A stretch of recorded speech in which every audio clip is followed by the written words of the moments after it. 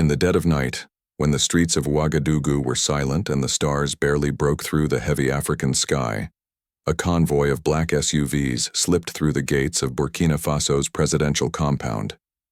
Their headlights were off, engines purring so softly you'd mistake them for a breeze. To anyone watching, it looked like a routine diplomatic visit.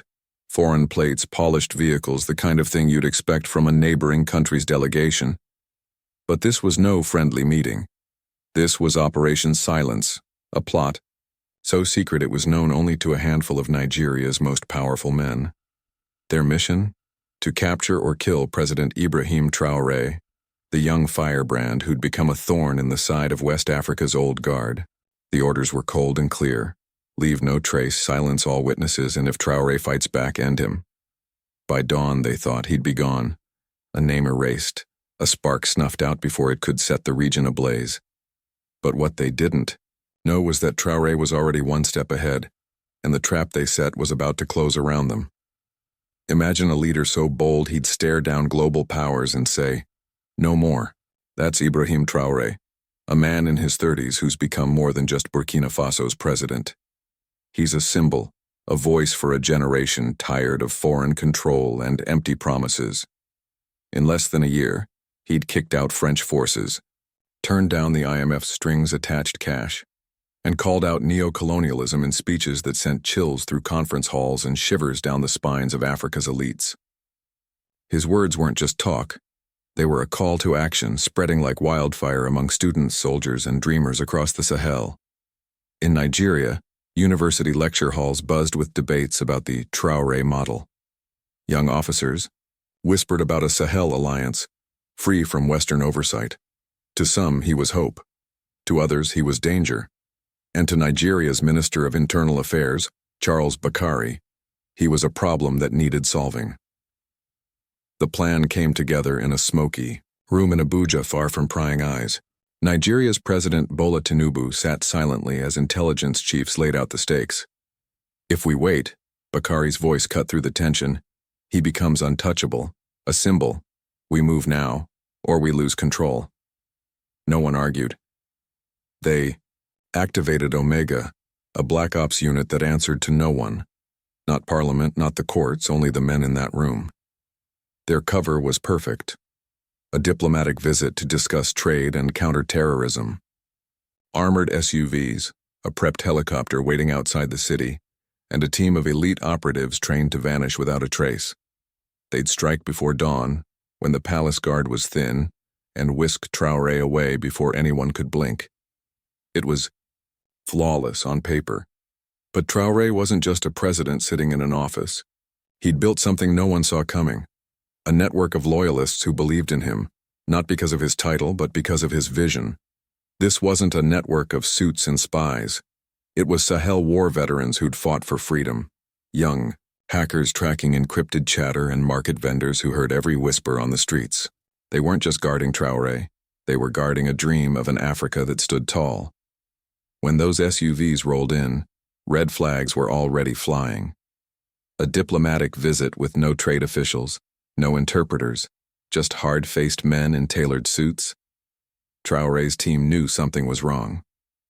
Down in a hidden command center beneath the palace, Colonel Sekou Zida, Traoré's intelligence chief, listened to a chilling intercept. Extract the target within the hour. No press. Full diplomatic cover. The code matched a Nigerian directive. They'd flagged weeks earlier. This wasn't a meeting, it was a kidnapping. Zida sent the alert to Traoré, who made a choice that would change everything. He wouldn't confront them head-on. He'd vanish, not out of fear, but strategy.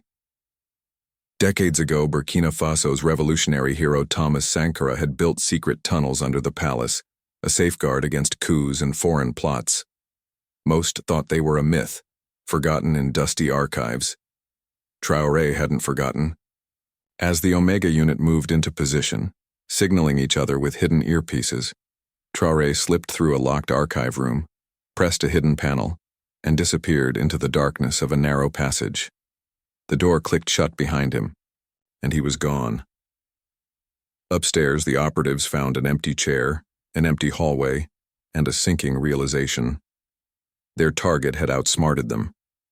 And then, as they turned to leave, they found something worse. Hundreds of Burkinabe guards, silent, steady, surrounding them.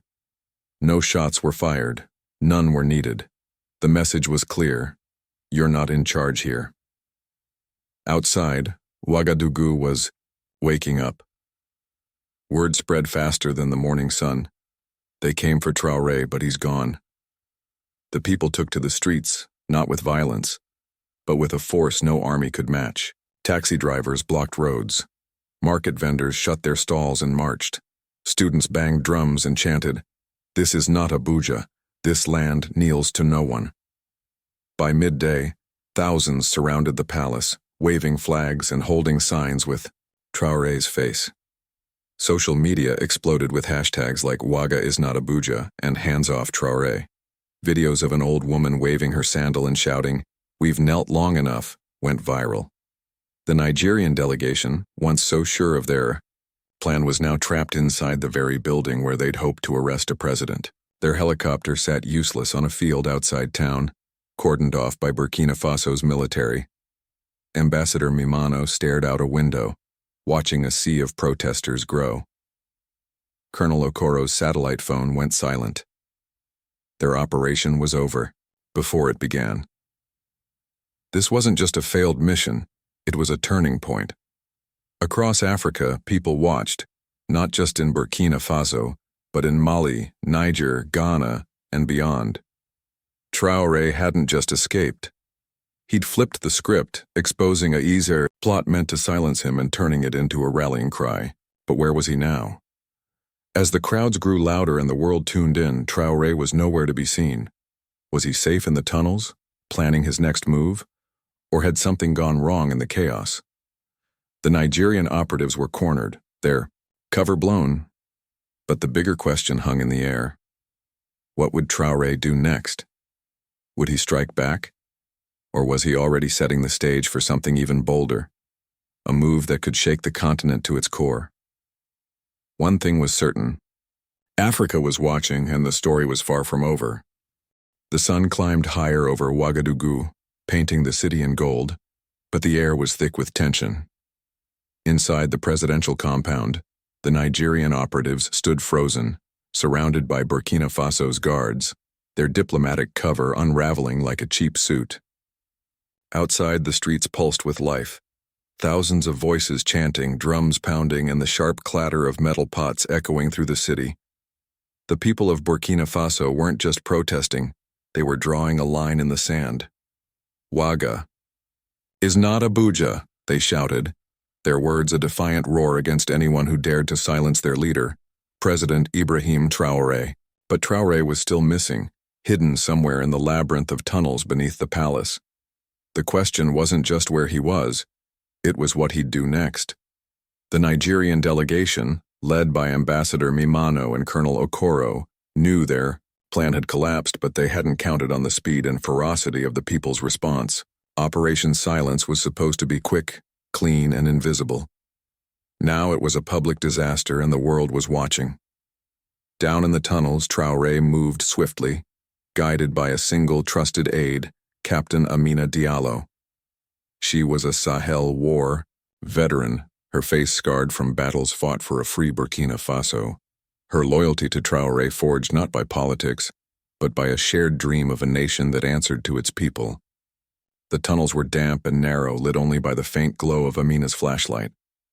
"They'll expect you to run," she whispered, her voice steady despite the stakes. "But you're not running, are you?" Traoré's eyes glinted in the dark.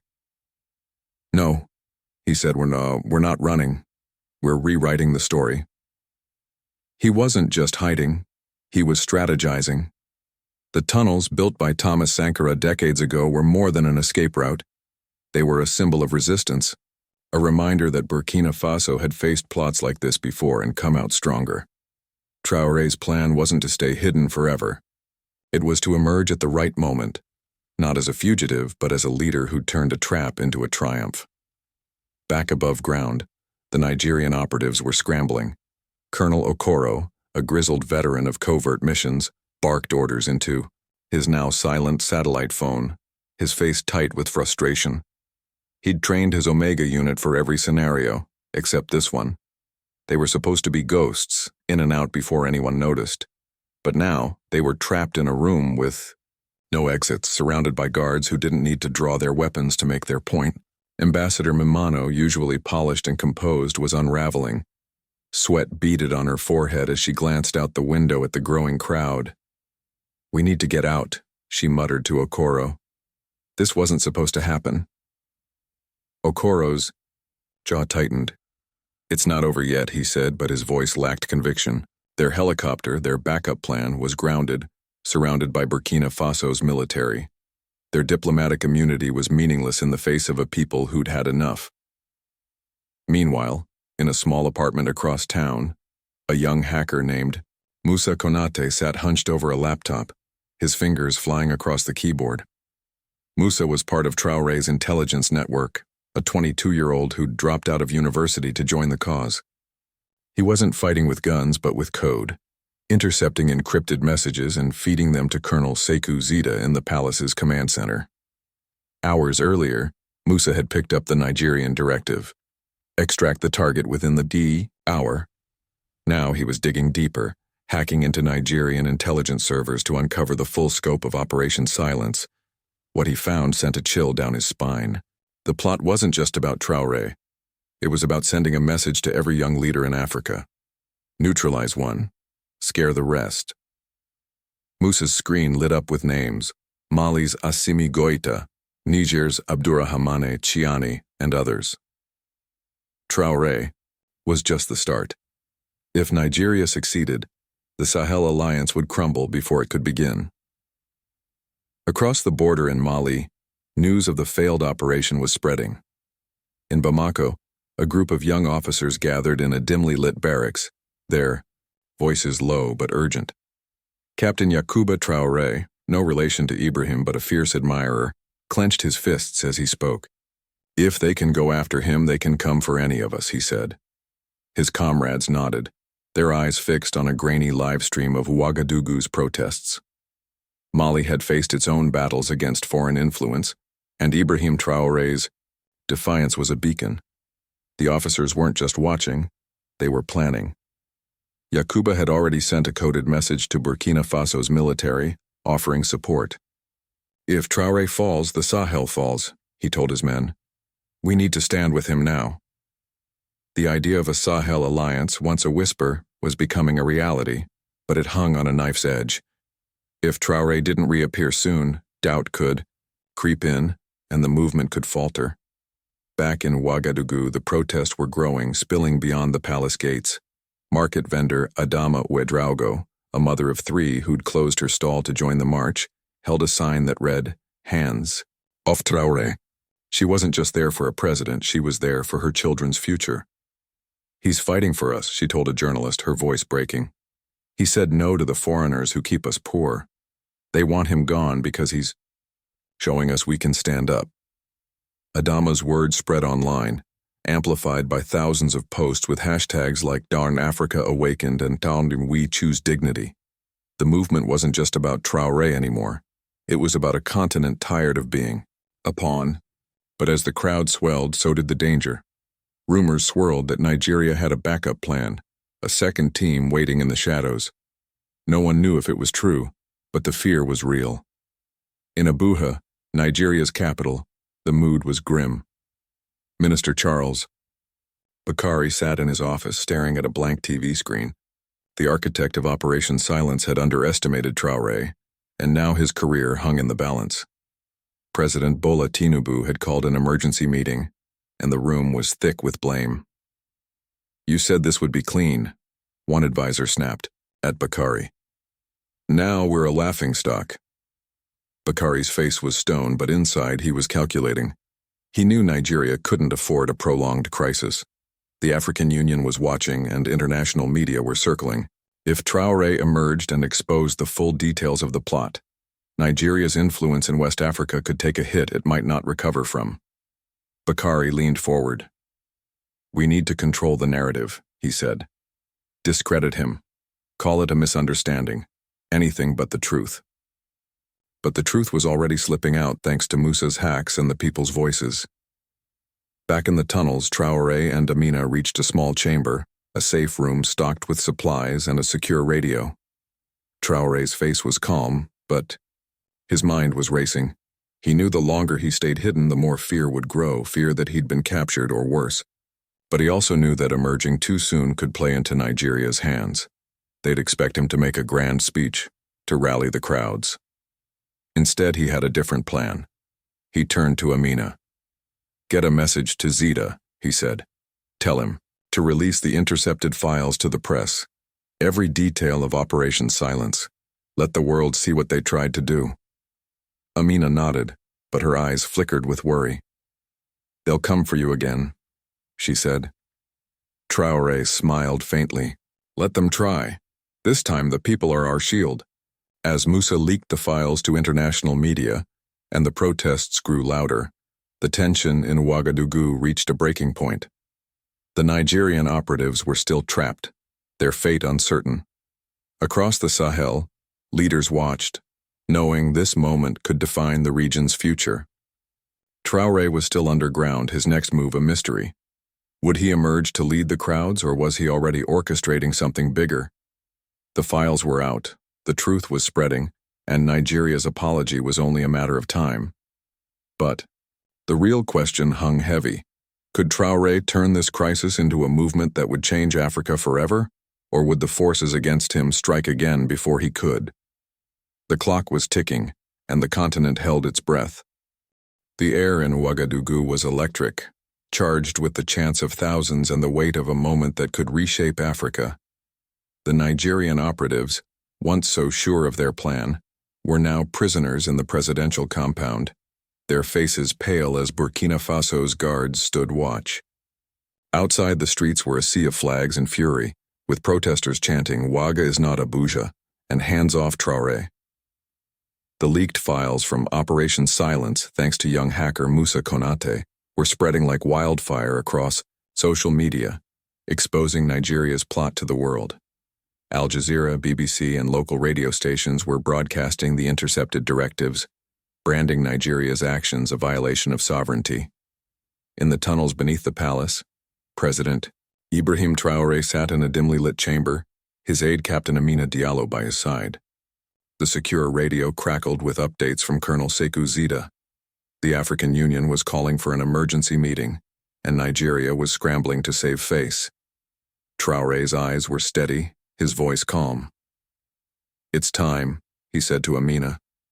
"The people are ready. Let's show them what we're fighting for." The stage was set for a move no one saw coming, one that would turn this crisis into a defining moment for the continent. As the sun dipped toward the horizon, rumors swirled that Traoré had been captured or fled the country. The crowd's energy wavered, fear creeping in. Had they lost their leader? In Abuja, Minister Charles Bakari saw a chance to twist the narrative. He pushed his team to release a statement calling the operation a misunderstanding and Traoré a fugitive stirring unrest. But before the lie could take root, the palace gates swung open. The crowd fell silent, then erupted as Traoré stepped into view, not in a suit or military gear, but in simple Burkina cloth, a red beret on his head. He carried a crimson folder, the same one containing Nigeria's leaked directives. Flanked by Amina and Zita, he walked to a makeshift stage where a single microphone stood before a sea of faces. "Today," he began, his voice steady but fierce, "they tried to silence us. They failed because you, the people, are our strength."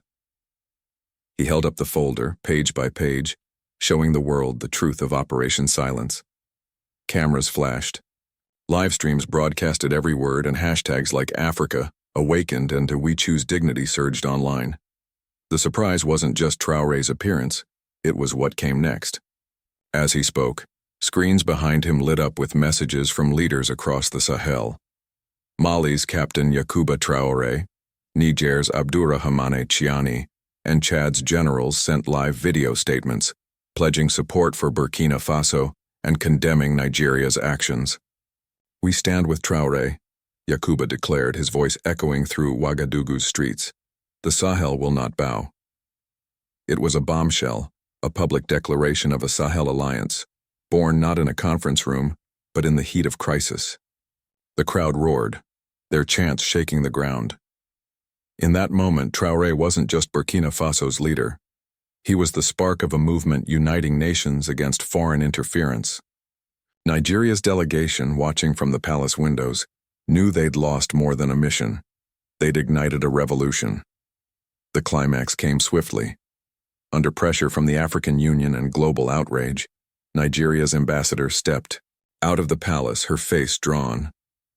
Before a crowd of thousands and rolling cameras, she bowed, a deep, slow gesture that silenced the square. "On behalf of Nigeria," she said, her voice trembling, "we apologize to Burkina Faso and its people. Those responsible acted without authority. We seek peace." The apology was historic, a rare admission from a regional powerhouse. Behind the scenes, Minister Charles Bakari and 2 intelligence chiefs were forced to resign, their careers shattered. Ambassador Mimano was reassigned to a minor post, her diplomatic immunity no shield against the people's will. The Omega unit was quietly disbanded, its members sent home in disgrace. Traoré didn't gloat. Instead, he turned to the crowd. "This is not about revenge," he said. "It's about unity. Africa must stand together, not kneel to anyone." His words, simple but powerful, became a rallying cry across the continent. The subplots tied together in the aftermath. Musa Konate, the hacker, emerged as a hero, his leaks credited with exposing the plot. He didn't seek fame, but students in Ouagadougou started calling him the shadow who lit the truth. Captain Amina Diallo, ever loyal, returned to her post, her scars a badge of her fight for a free Burkina Faso.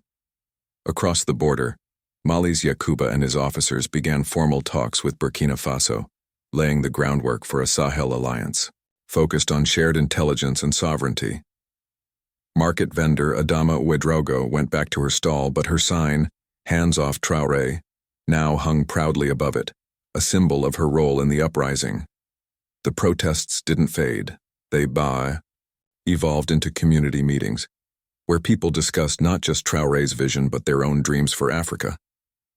Social media buzzed with their Africa Eyes Awake, and universities from Lagos to Nairobi held symposiums on the Traoré model of leadership. The resolution wasn't just about stopping a plot, it was about what came next. Traoré didn't pursue legal action against Nigeria, a choice that stunned the world. "Africa must heal, not fracture," he said in a quiet press conference, standing among farmers and students. His restraint wasn't weakness, it was strength, a signal that he valued unity over division.